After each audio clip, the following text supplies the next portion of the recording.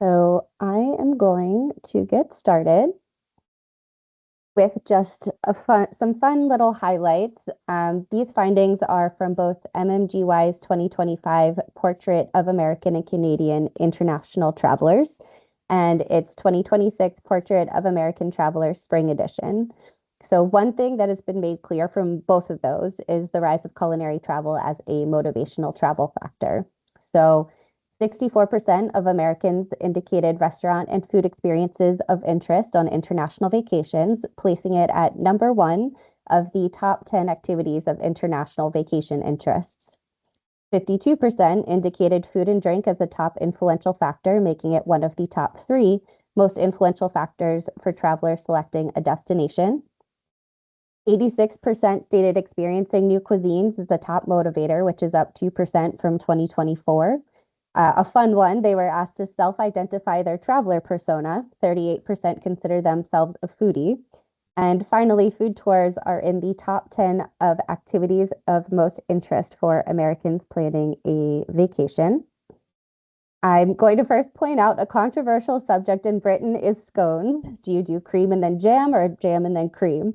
So depending on the location within Britain, it has become a symbolic representation of local identity. So travelers can partake in any number of afternoon teas to decide for themselves. And based on MMGY's 2025 Portrait of American and Canadian International Travelers, travelers are most interested in local, authentic food. So this slide is a deep dive into what the standout food experiences are to Americans and Canadians, all of which those listed will be touched upon in this webinar. And we're so excited to have these speakers with us today. So we'll start off with a deep dive into two amazing Scottish experiences before moving on to three select regions depicting England's wine tourism, diversity, anniversaries, and really just some really nice highlights for travelers. So I'm first going to hand it over to Tony with Luss Distillery in Scotland. Tony, if you wouldn't mind turning your camera and microphone on, and then you can take control.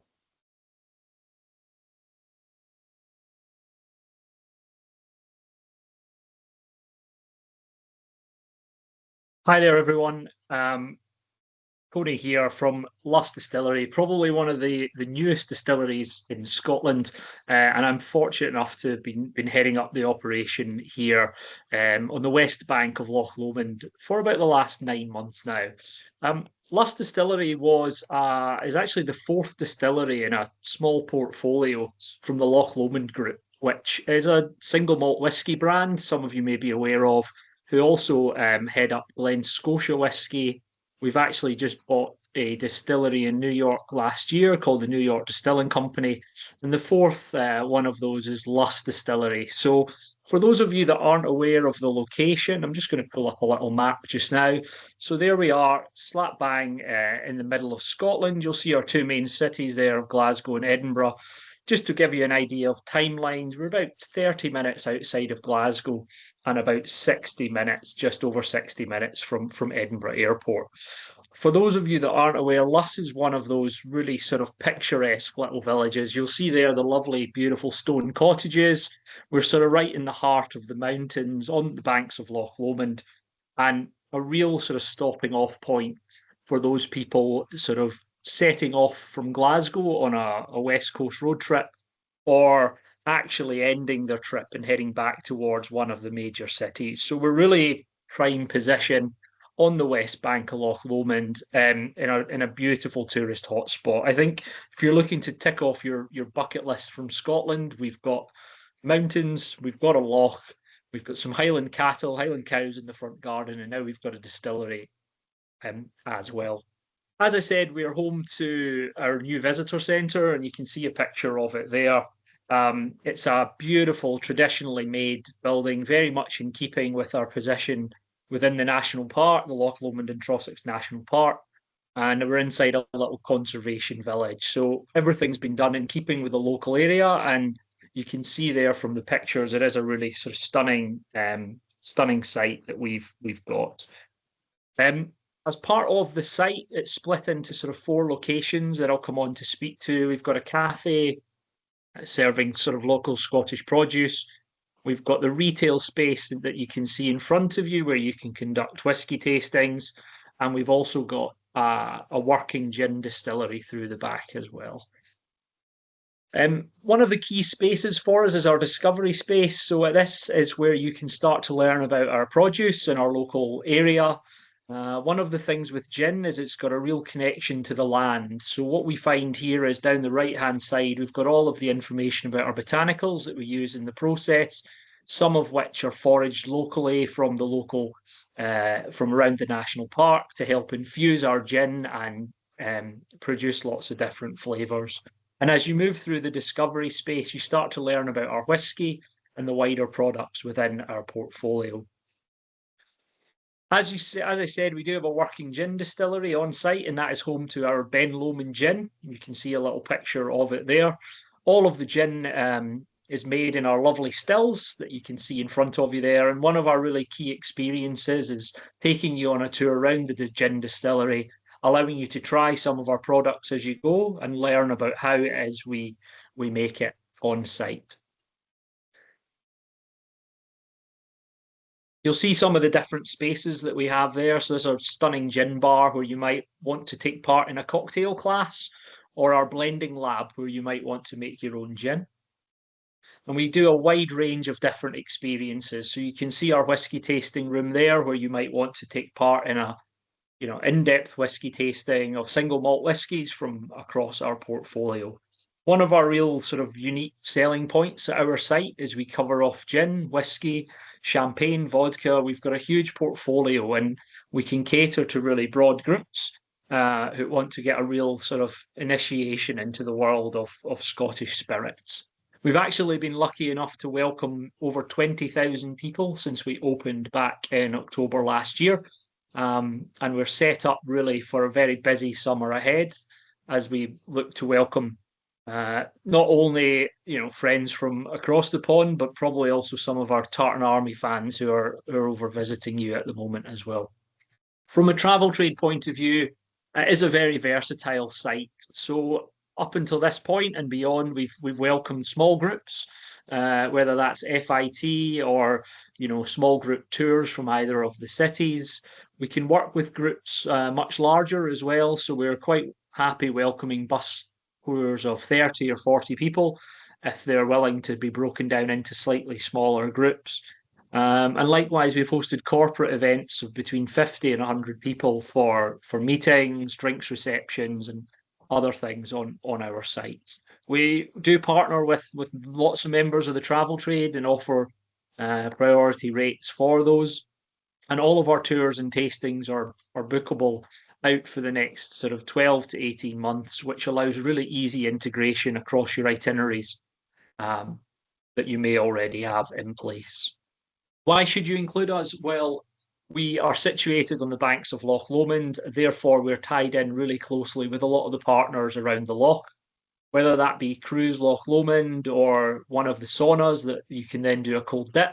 Likewise, there are sort of 4x4 expeditions that you can do in Land Rovers as well. We've got a beautiful site with lots of outdoor adventure and scenic landscapes. You can go hiking, you can go walking along the beaches, and it's a really authentic Scottish experience.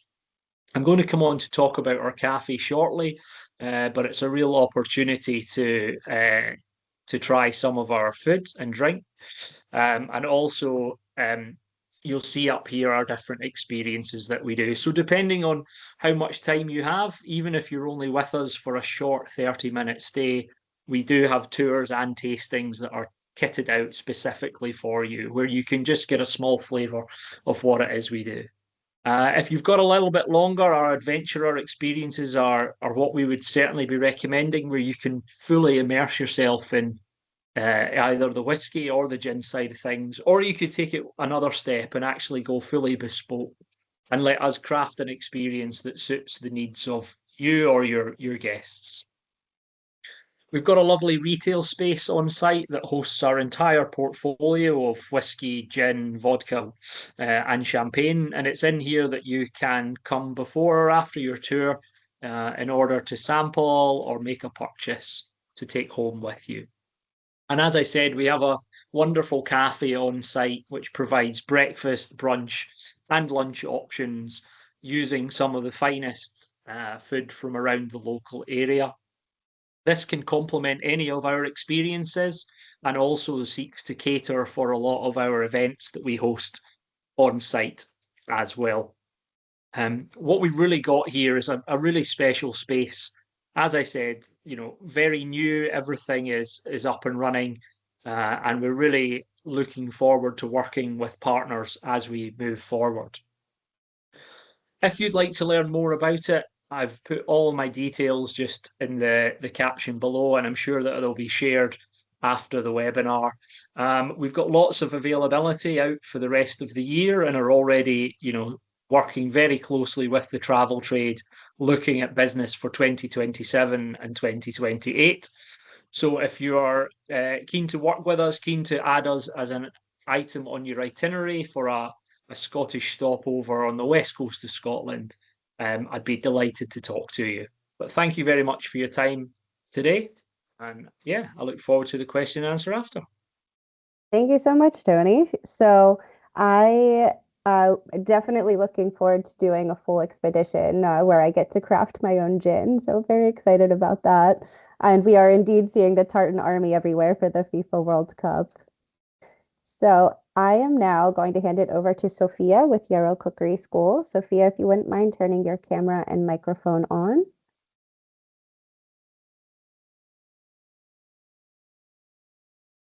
Hello, everyone. Welcome to my presentation about the Yarrow Cookery School.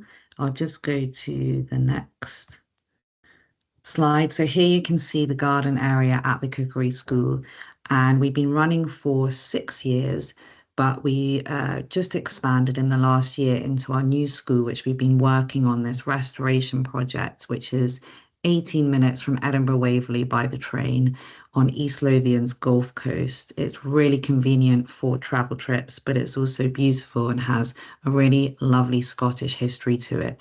Even the flour mill, the water wheel has all been restored and is in action, so you can come and see that, and it proves to be a real highlight when guests are coming to visit.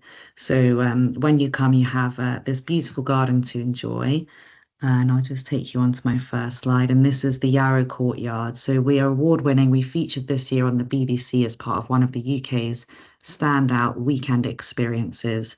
We were also finalists with Condé Nast and have won Cookery School of the Year multiple times, even before we had our lovely venue, which is amazing. And Richard and myself are a married couple, and we welcome everyone personally to the Cookery School, along with an array of outstanding staff that really, the whole point of people coming is that they have an absolutely fantastic time, and that's reflected in our 5-star Google reviews and TripAdvisor. So we have 5-star across the board with every single review. And yeah, we hope to offer people the most memorable, warm hospitality experience that really leaves them buzzing when they leave. And it's personal, so they can get back in touch at any point with Richard and I. And I think that's why people enjoy coming so much.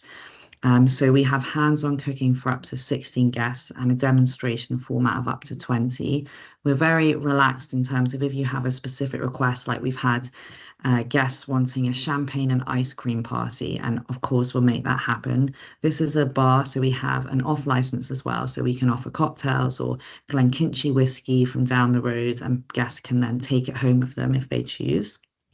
And this is a part of our dining area here.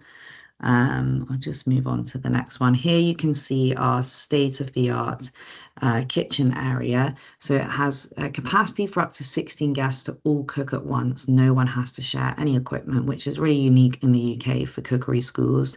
However, we recommend for a more luxury experience 12 people, so you have a real amount of space to cook and spread out.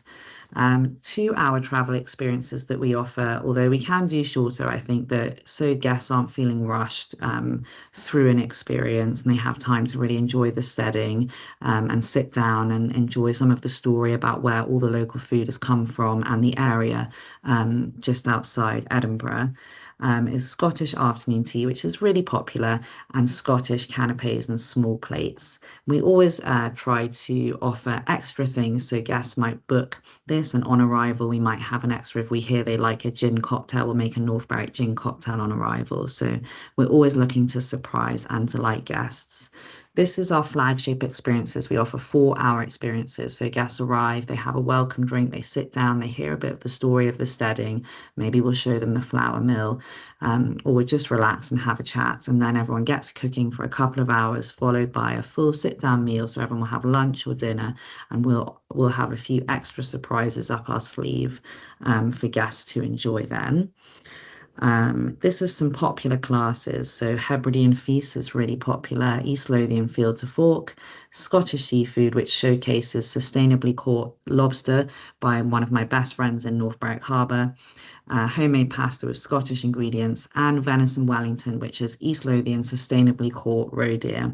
And here you can see the beach, which is right by the Cookery School. It's about a 5-10 minute walk if guests would like to stretch their legs and have a lovely beach walk after the class before going back to their next destination. So I have my travel rates here, and if you do, we have a really popular public class calendar, and actually classes in 2027 have been selling out already, but we do offer discounts on that. If you email me, we'll offer a discount if you just want to book straight through the website. And then we do private inquiries for travel trade, which is obviously exclusive use of the venue, and this is our travel rates, so they're not on our website, so it's all just strictly for the travel trade. And one thing I haven't mentioned yet is that we are the UK's first fossil fuel-free cookery school. So we're completely run on solar and air source. So even though it's a beautiful, historic 200-year-old building, these amazing stone walls, really part of Scottish history, we're also leading the way in a sustainable future for Scottish travel. We're part of the Tourism Care Travel Map. We also recently completed our Green Tourism Badge. And it's something we take really seriously. We do lots for the local community. We work with the council to offer funded spaces for teen carers, and the more Richard and I grow the business, the more we're looking to give back to the community and offer something really positive for the Scottish community. So alongside any cooking requests or parties, we work with Glenkinchie, so they can come and offer, bring a local expert and we'll do a whiskey tasting, or we have a fantastic lady that runs the history of an afternoon tea. So if you have a bit extra time and you want a little add-on, we work with lots of people locally to offer really outstanding travel experiences that are really story-led, and always with an eye for detail with the unexpected, so that your travel clients really leave feeling wowed by their time with us. That's the most important thing to Richard and I. And then let's see. Yep, so as I said, you can see we've got our brown sign there, which was a really big milestone for us as a relatively small business. But we're very easily accessible. So as I said, we're 18 minutes on the train from Edinburgh Waverley, 35 minutes from Edinburgh Airport, and we're 12 minutes from North Berwick, which is also a really popular seaside village.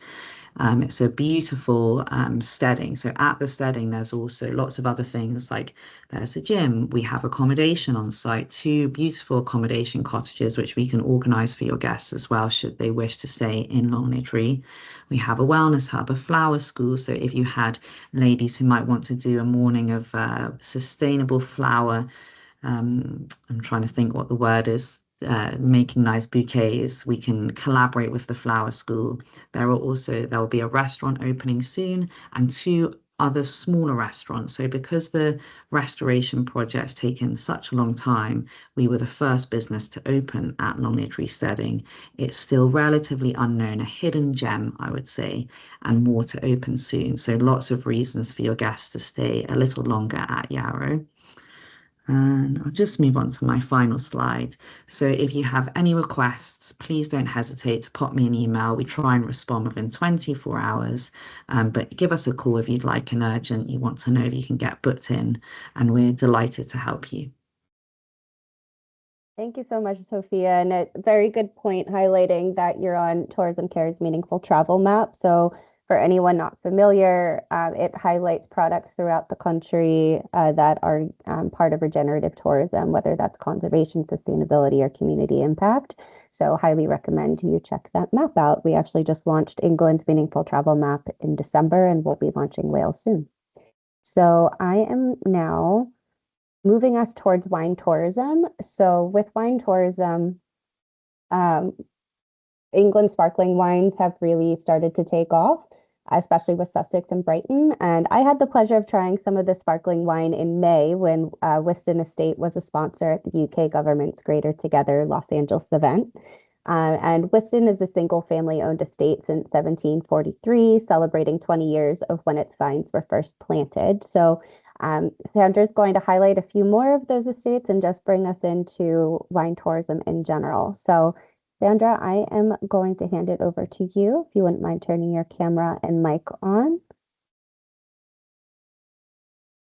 Hello, everyone, and welcome to Sussex Winelands.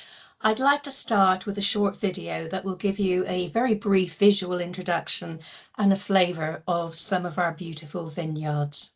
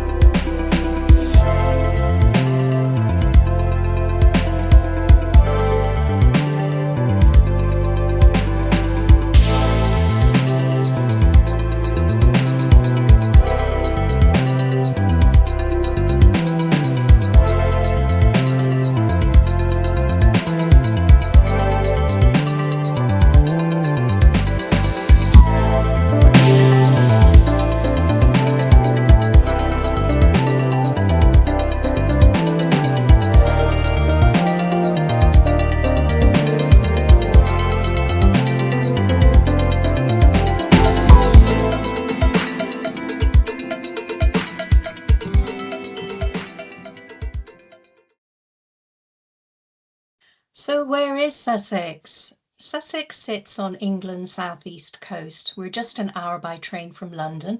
We've got really strong transport links. We're well connected to the UK, to Europe and worldwide. Gatwick Airport, which is the region's main international gateway, actually lies in Sussex. And London Heathrow Airport, the largest international airport in London, is about 90 minutes away. There's also direct rail access from London and regular services from Gatwick to Brighton, Eastbourne and Chichester in under an hour. Sussex offers a gateway feel, and we're really close to London, but we've got a really good mix of coastline, countryside and culture. There's 145 miles of coastline and a stunning rural countryside across the South Downs National Park and the High Weald National Landscape. We have vibrant cities like Brighton and historic cities and towns like Chichester in the west and Rye in the east. And the region boasts really strong food credential with several Michelin star restaurants and Green Star sustainability recognition. And over 25% of Sussex vineyards are located in Sussex. So if you bear with me, we will explore Sussex winelands in greater depth.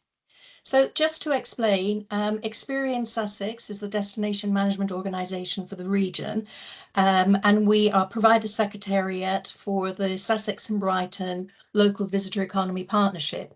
Sussex Winelands is the new brand for the wine region, and it's also the collaboration of the vineyards across Sussex. Sussex has a really rich heritage in vineyards since Roman and medieval monastery times, but Sussex viticulture, as it currently stands, is quite a modern renaissance, with the planting of vines really taking place in the 70s, and then the launch of our flagship product, Sussex Sparkling Wine, in the 1980s. Over the past few decades, Sussex has grown into a world-class wine-producing region and visitor destination.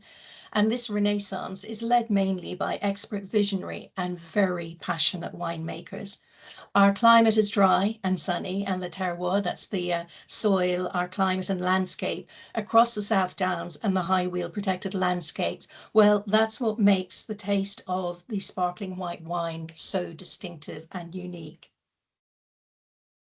And just some key facts for you. There are over 138 vineyards across Sussex, and this number is continuing to grow. This is about 25% of England's vineyards, and it's about 888 hectares of vineyard land across Sussex. Around 40% of these vineyards offer wine tourism experiences, and these can range from classic tours and tastings, outdoor dining, picnics, stargazing, summer parties, music events, and much more. And all of this is underpinned by the Sussex Wine Tourism Plan for Growth, which was launched a couple of years ago in the Houses of Parliament. There are so many award-winning vineyards in Sussex that it's really challenging to highlight a few. Whiston and Nightimber, for example, are included in the Forbes World's 50 Best Vineyards. Several of our vineyards have won Wine GB and international awards, and many of our vineyards now offer accommodation, so visits can be extended overnight. And this includes grand houses, boutique hotels, quirky glamping, and secluded crafted lodges. Events and experiences take place all year round, but the peak season is May to September, when the Sussex vineyards and wineries host a vibrant programme of unique events celebrating the region's flourishing wine culture, community, and landscape. Local wine tour operators also offer bookable online tours, activities, and experiences, including taking visitors around by shuttle bus, vintage buses, and even travel by steam railway. I'd like to highlight two flagship estates now. Bolney Wine Estate is based in Haywards Heath, near Gatwick Airport. It's actually one of the earliest wine estates in Sussex. It's just over 50 years old, but it's built a long-standing reputation for quality and sparkling wines. Bolney's Pinot Gris is actually the first English wine served at Wimbledon. And from a visitor perspective, Bolney offers easy-to-package experiences with guided food tastings, food-led experiences, a terrace that overlooks the vineyard, restaurant, and several group-friendly spaces, and that makes it suitable for day visitors, small groups, and bookable itineraries aimed at premium but accessible wine tourism. Leonardsley, which is based near the market town of Horsham, also close to Gatwick Airport, sits within the wider Leonardsley Lake and Gardens estate. It's one of the younger vineyards in Sussex. Planting took place in 2017, but the house and the estate goes back much further. It stands out because it's more than a vineyard visit. It actually promotes itself as the UK's first golf and wine estate, and it combines wine tourism with gardens, gastronomy, hospitality, and golf in one estate setting. It's received recognition as one of the world's best vineyards, and its interlude restaurant is Michelin starred, and they forage food hyper-locally, actually, from their garden and their woodland. Leonardsley is especially appealing as a higher-end bookable experience. Their tastings, their tours, their food-led day or short breaks work really well for groups and for upscale itineraries.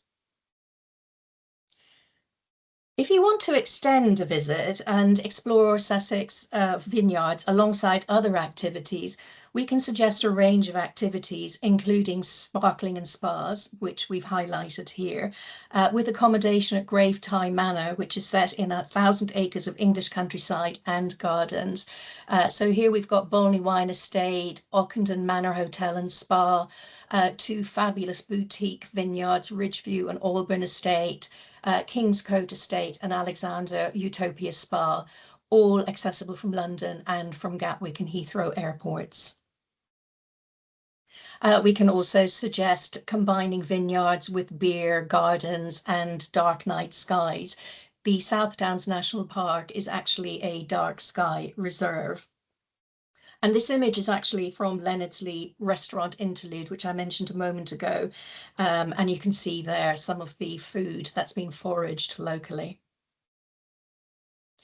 New itinerary has recently been launched, and this is by the Rother Wine Triangle Vineyards. The Rother Wine Triangle is the first official trail of the Sussex winelands. It's situated in historic 1066 country on the east of the region, and the vineyards have launched a bookable bus tour visiting 3 different vineyards with lunch in the middle one, and more trails are shortly to launch across Sussex winelands.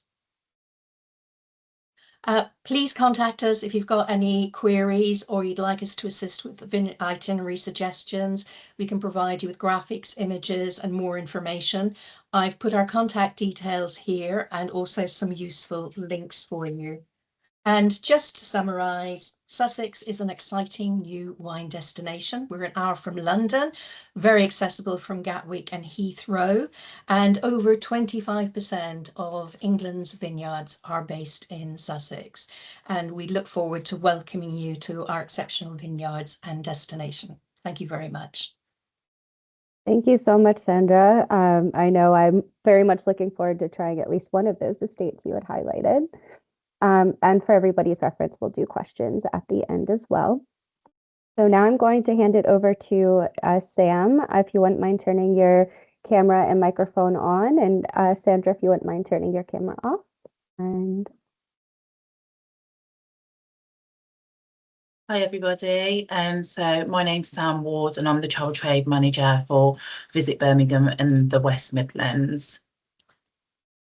So before we talk about food, I thought it'd be important to understand where Birmingham and the West Midlands is positioned. So we're perfectly positioned in the heart of the UK, making it an ideal destination for both short visits and extended stays. We're very well connected by rail with direct services from London to central Birmingham in under 1 hour and 20 minutes. And with the high-speed rail coming in a few years' time, we'll be reducing this to under 40 minutes. We're also within easy reach of nearby towns and cities, including Shakespeare's birthplace, Stratford-upon-Avon, which is approximately 30 minutes away. And as we're centrally located, you can get to 90% of the UK within a 4-hour drive time, offering visitors a perfect base for exploring the wider country by car. Birmingham Airport is our closest airport to the city, and it serves nearly 650 one-stop connections with over 35 airlines, where you can connect from the States or Canada with any airlines via the hubs. So we also have attached to the airport the free monorail that connects the terminal directly to the train station, allowing passengers to move seamlessly from plane to rail and straight into Birmingham city centre in under 10 minutes. So now I'm just going to give you a few highlights about most of our iconic attractions and experiences in the city.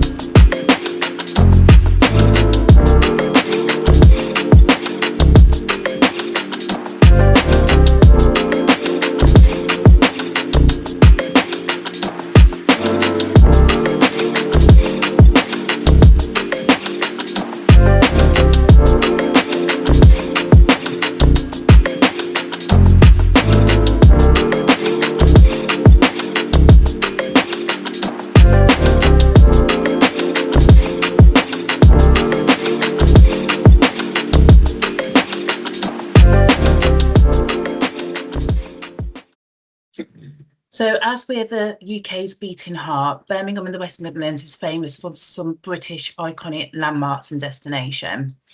Birmingham is proudly the home to the favourite chocolate brand Cadbury's. Based in Birmingham, Cadbury World remains a family attraction where visitors can explore the richness and history of the brand and even have the opportunity to have afternoon tea with some of the favourite Cadbury's characters. Birmingham is also the birthplace of the heavy metal, with the late Ozzy Osbourne forming his band, the Black Sabbath, right here in the late 1960s. We're also home to the real Peaky Blinders, but now home to the new Netflix film and soon to be released series, filmed in our new state-of-the-art purpose-built studio and award-winning attraction, the Black Country Living Museum. We're home to major sporting venues and events, including the T20 World Club held at Edgbaston Stadium, the Ryder Cup at our beautiful Balfour Hotel and Golf Resort, and in 2027 we'll be hosting the Invictus Games via many of our sporting venues. 40% of the UK's gold is created in Birmingham's Jewellery Quarter district, and we have our very own hallmark, which is a symbol of an anchor, and we've recently been awarded World Craft City status, an accolade that only 6 cities in Europe can claim. And as previously mentioned, we're just a stone's throw away from Stratford-upon-Avon, and we're the only city outside of London to have our own Royal Ballet and Symphony Orchestra. And finally, we're known for our canals and waterway network, stretching over 35 miles, making us having more miles of canals than Venice. So let's dive into the food itself. So one of Birmingham's biggest culinary claims to fame is the balti. It's a dish which was invented in the city by the Pakistani community in the 1970s. And like a traditional curry, a balti is cooked, served with a distinctive pressed steel bowl, and it's known as the balti bowl. So cooking this dish over a high flame helps create the rich flavours whilst keeping the ingredients fresh and vibrant. Visitors can experience the authentic dish at Shabab's restaurant, which is one of the last remaining traditional balti houses within the Balti Triangle. And they also offer cooking demos, allowing visitors to learn more about the history of the dish. The West Midlands has firmly established itself as one of the UK's fine dining maps, with a growing collection of Michelin star restaurants. Birmingham and the wider West Midlands region is home to 7 Michelin star restaurants. In 2024, a theme, which is pictured here, was the first restaurant in Birmingham to receive a double star. The restaurant is renowned for combining the finest British seasonal ingredients with flavours and influences from the Indian subcontinent, creating a truly unique dining experience. We are also now home to MasterChef UK, which is further cementing Birmingham's growing reputation as a culinary capital. What really makes the West Midlands stand apart from anywhere else is our independent food scene. So across the city and town, we have passionate local businesses creating unique dining experiences that reflect the character and creativity and diversity of our region. We have over 190 nationalities represented here in the region, so visitors can sample cuisines from almost every corner of the world. Chinatown is one of Birmingham's most vibrant neighbourhoods. Whilst it became a traditional Chinese district, today it's evolved into the wider Asian dining destination.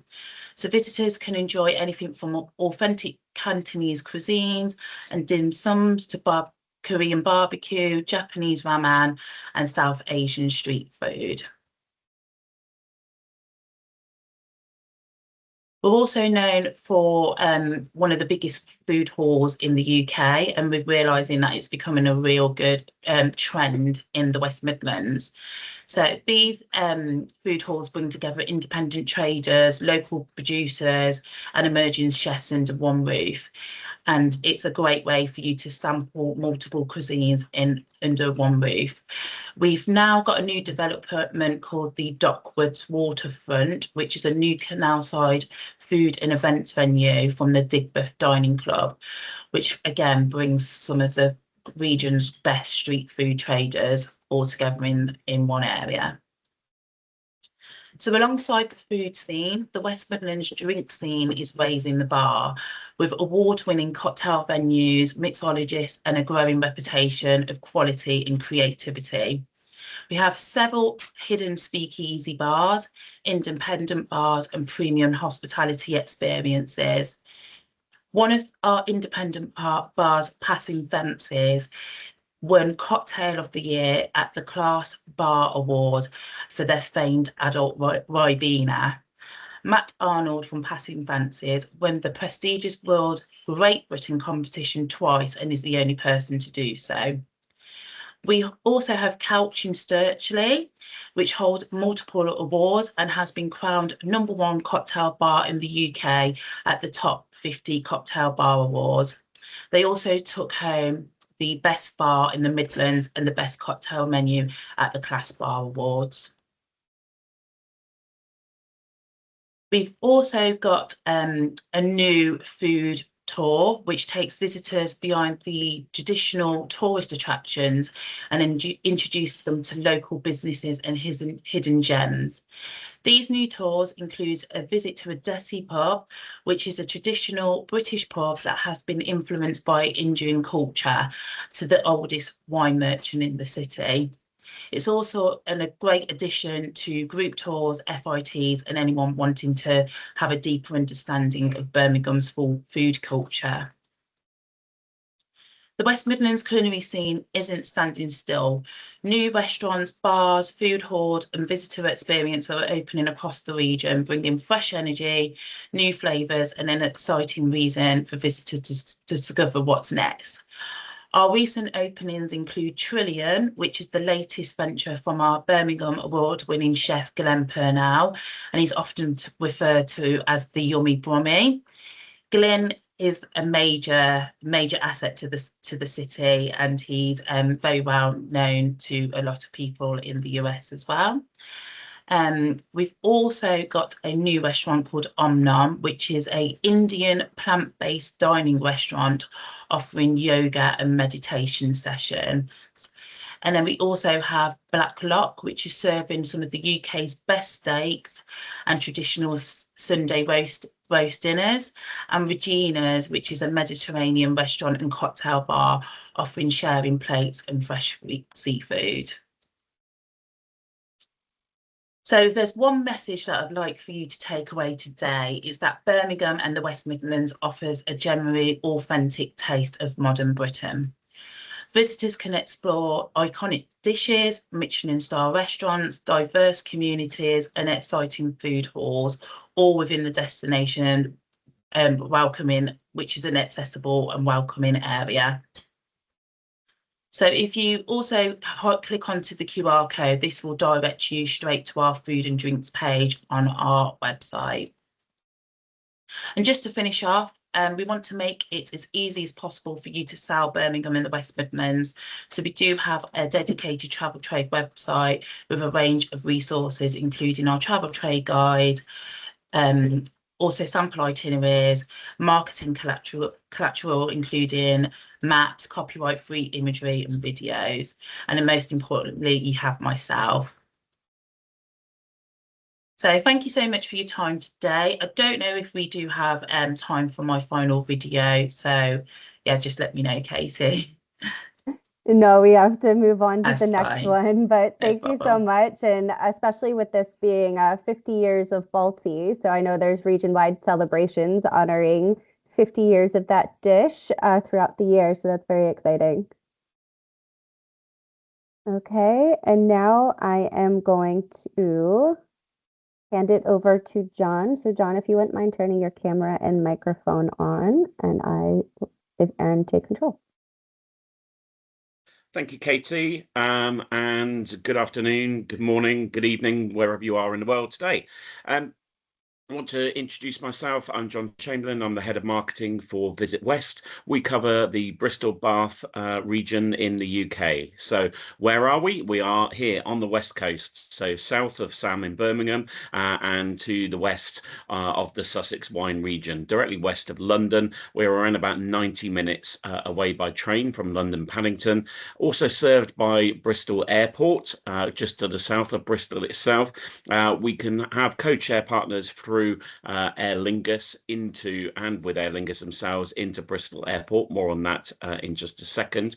But you'll see from this map, within easy reach of our two complementary cities, Bristol and Bath, we have Stonehenge, the Cotswolds, the Mendip Hills to the south, South Wales, including Cardiff, Somerset countryside, even the Jurassic Coast and the Severn Estuary for seafood as well. You'll see that just in the bottom of the picture, Cheddar is in the Mendip Hills, just to the south of our cities. That is the origin of cheddar cheese in the county of Somerset, which is world renowned for its cider. We have access to seafood from the southwest coastline, and we are surrounded by artisan farms, vineyards, cheesemakers, and producers. So the region delivers many iconic British food stories, all within a very short drive. And you can, like I say, with cheddar, you can literally experience the birthplace of cheddar cheese, traditional cider production, and coastal seafood all in one trip. So getting here, as I just mentioned, Bristol Airport has around about 120 destinations across Europe and the UK with connections beyond. The ones you'll be most concerned with are via Dublin. We work very closely with Aer Lingus. There are up to 3 flights a day from Aer Lingus from Dublin into Bristol Airport, plus EasyJet and Ryanair options from there as well. But connections all across Ireland, several connections all across Scotland as well, so people doing multi-centre holidays can easily get to the West Country, and the European hubs if you're combining Paris or Rome, for instance, with a UK trip. For London Heathrow, where we realise the majority of your clients will come from, we are directly connected via rail with the Heathrow Express into Paddington or the Elizabeth line, and the trains run every 30 minutes from London Paddington out to the West Country. And there are coach connections as well. They just take a little bit longer. It's about 2.5 hours on the coach. So why foodies love the Bristol and Bath area? Well, we have 3 distinct culinary layers that we talk about really. So those are the heritage, the artisan nature, and the innovation in the local area. So if we're talking heritage, it's something like cheddar cheese or Sally Lunn buns in Bath, the Somerset cider, and traditional British pubs and farmers markets. In terms of artisan, we have lots of independent producers, lots of farm to table dining, many craft breweries. When I moved to Bristol just over 20 years ago, there was one brewery in Bristol at that point, and now I have to take my shoes and socks off and get someone else to count as well to find the number of breweries that we have. And there are a number of boutique vineyards on the outskirts of the cities as well. In terms of innovation, we have a couple of Michelin star restaurants. It's the Olive Tree in Bath, and then restaurant Howell Jones at Lucknam Park, which is just outside of Bath as well. A fantastic place to stay. Very big on sustainable dining in this area as well. And Bristol is absolutely famous for its street food culture as well. We've got lots of creative chefs and food entrepreneurs. So the region's appeal really lies in the authenticity and local ownership, and we know that visitors are increasingly seeking experiences with real stories and local connections. So just a little introduction to Bath, really. We've built a reputation as one of England's leading foodie destinations, ranging from those artisan producers to Michelin-starred fine dining. I talked a little bit about Sally Lunn buns, but also there is another option, which is a Bath bun, which is in the bottom right here. 2 very different products. The Bath bun is a smaller option. I believe Katie's had one of these on a fam trip with us. And our afternoon tea is a small bread roll with lots of sugar crystals in it as well. You can see top right here that some of the Somerset cheddar that is aging in the caves there. And Bath, really, you can't go to Bath and not have an afternoon tea. So many options there within the city, not least the pump rooms at the Roman Baths or the Heritage Tea Room in the Jane Austen Centre. Another one is the Royal Crescent Hotel, which there's no finer location to have an afternoon tea than there. And then the traditional local pubs with particularly cider. You can't come to the West Country without sampling a cider. On to Bristol, and Bristol's food scene is driven by independent businesses, creative operators who give visitors a genuine sense of place. So known for the city itself, known for innovative street art, independent restaurants, lots of global influence, particularly from the USA, craft beer and cider, and lots of creative food entrepreneurs and heroes in the city. Top left, you will see Wapping Wharf, which is an area just by the harbour in Bristol, made up of old shipping containers, and each one or some joined together have lots of restaurants in there. It's a foodie district, and more on that in just a second. We also have St. Nicholas Market, which is the bottom right image there. That's been a market where you can traditionally buy literally anything you want or anything you might desire. There's been a market there since 1743, and this is the food area. So during the week at lunch times, this is where all the office workers go to get their lunch. Around the harbour side, there are lots of bars and restaurants, and an emerging area as well thank you, Liz, is also the North Street and Southville area, just to the south of the city centre. We have lots of craft beer tap rooms. You can see a very good example of Wiper and True just here in the bottom left, and food tours as well. So why your clients will love it is authentic local stories, independent operators, a sustainable food culture, and a constant innovation, which means that everything is always changing. Some experiences that you can book in Bath would be Savouring Bath tours, which are award-winning guided food tours, great for FIT and luxury clients. Simi's Kitchen, that's Simi there in the picture. She offers relaxed Persian cookery classes using seasonal produce and prefers to market it more as like a gathering of friends around a table than a formal cooking class. Bath Soft Cheese, just to the south of the city, has a number of cheeses that they're very famous for. You can go there, go and say hello to the dairy herd, meet the cows, eat their cheese, and then take a little time to walk it off by a walk back into the city with some fantastic views over the local countryside. And then the Burton Kitchen, you can learn bread skills from the master bakers there, bread making, patisserie, sugarcraft, and much more besides. In Bristol, as Liz just mentioned in the chat, but I can't go on without saying Katie's quote here as outstanding, and when she came to us in early February. Food Tours of Bristol, this is Miguel. He's Canadian born, and he can offer tours in English, French and Spanish. Has a story-led experience around that Wapping Wharf area, just at the harbour side in Bristol, but also is branching out and doing tours in other areas of Bristol as well. He will introduce you to the passionate independent business owners and explore some of Bristol's most exciting food neighbourhoods. The tours are always changing. There's always something different to go to. You get tastings at each one, and all those local connections are absolutely there.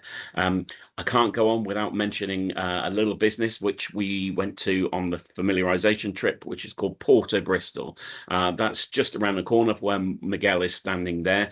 They offer zero carbon wine, where they import it from Portugal by a sailboat, and it sails all the way into Bristol Harbour, which is right next door to the unit, and they take the bottles off from there. So absolutely fantastic, and it tastes great as well. So this is us. As I say, my name is John. I'm the head of marketing. I lead on all of the travel trade work, and I have a colleague, Joella, who you may meet or deal with from time to time. She's got a focus on our Convention Bureau and the travel trade. We work actively with DMCs, wholesalers, tour operators, travel agents, travel advisors, and receptive operators to promote the region internationally, so we can support with destination information, product development, itinerary planning, sales leads, introductions to businesses on the ground, or DMCs in the UK if you need one, familiarization trips, supplier connections, and really everything that you might need to help sell the region as a whole. We very much market Bath and Bristol together as complementary cities. They're only 12 minutes apart on the train, or about 30 minutes by road. So really, really one destination for an international traveller. We have lots of trade newsletters that go out several times a year. We attend lots of industry events. Some of you may have been at Greater Together Los Angeles recently. You'll have met my colleague Dan, who came to that. But we can basically help you confidently package Bath, Bristol and beyond into highly marketable culinary itineraries for your clients.